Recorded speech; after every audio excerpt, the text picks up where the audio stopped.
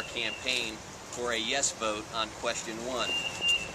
This morning's rally has been set up by a grassroots effort and an alliance and a coalition for the Hoosier Property Tax Reform Alliance. And I'd like to tell you who is a part of that alliance so that you all understand that it's Hoosiers and organizations from all across the state of Indiana.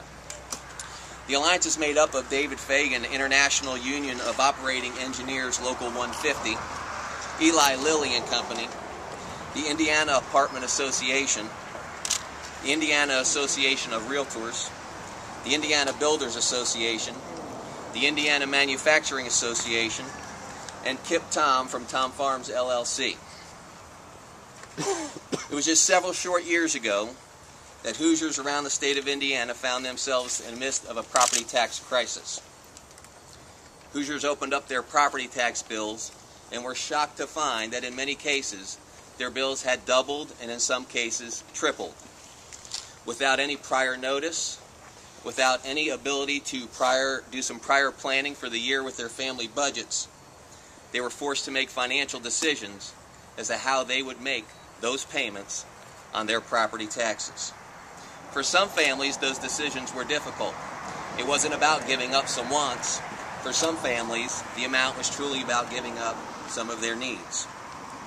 Our grassroots effort started a couple years ago with a rally at the State House, when Hoosiers from all over the state of Indiana descended upon the state capitol and had a rally to send a message to the state legislature that enough was enough, that the uncertainty and the shock of that property tax crisis should never ever happen again in the state of Indiana.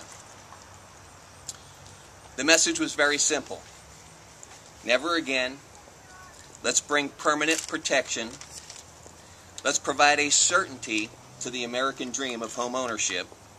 And let's send a message to the rest of the United States of America that Indiana is an awesome place to own a home and to live.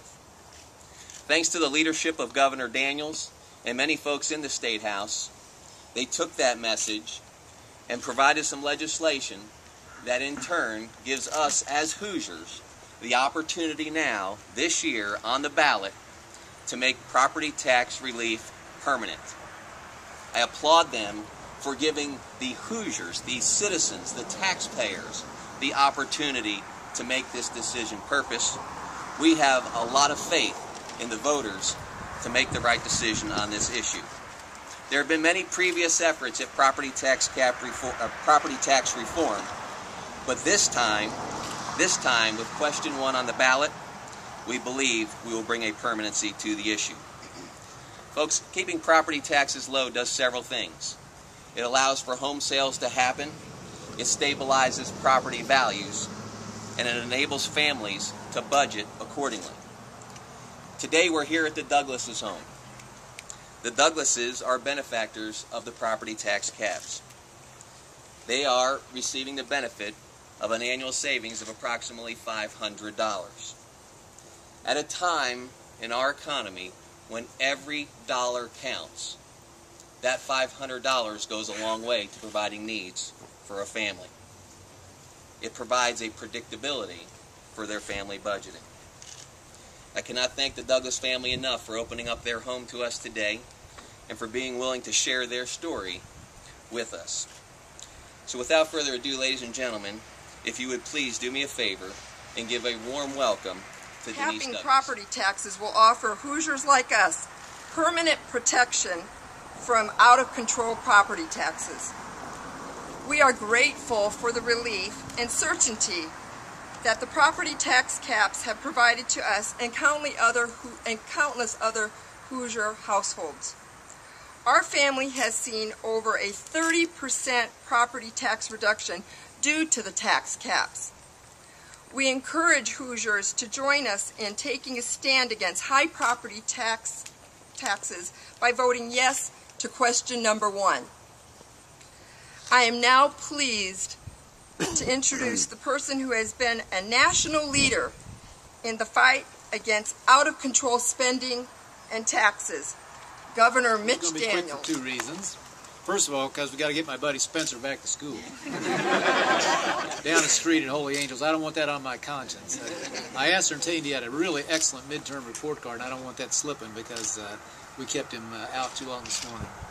The larger reason is that today is absolutely not about me. I'm here only at the invitation, the kind invitation of the Citizens Coalition, which is your host. And my role is purely honorary, but I was happy to accept it on that basis. The central message to take from this morning is that what started as a genuine grassroots citizens movement must be finished in just that fashion. And all the groups and individuals who have already come together in this coalition, led by the people who were mentioned, I believe is going to make that happen. Please notice that the property tax relief which was delivered is at its core is about the people and about trusting the people.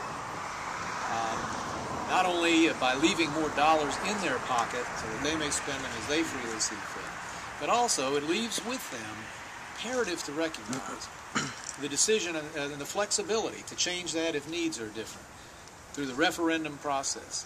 The critical difference about the caps is that when local spending units want to raise more money, they have to get the people's permission to do it. It's no longer the case that they can simply raise it at their own discretion. And that's the way it should be. So I can't improve on the way Paul and Denise have put this. Indiana now has statistically among the very lowest property taxes in the country. We want to make them stay there. We want to make sure that they stay there. And we will do that by rallying our fellow citizens to a resounding vote, yes on one, for the permanent protection that Hoosiers asked for and now are within one short step of receiving forever. Thanks, and all the people who made this possible, and I'll do everything you ask me to do these next 7 weeks.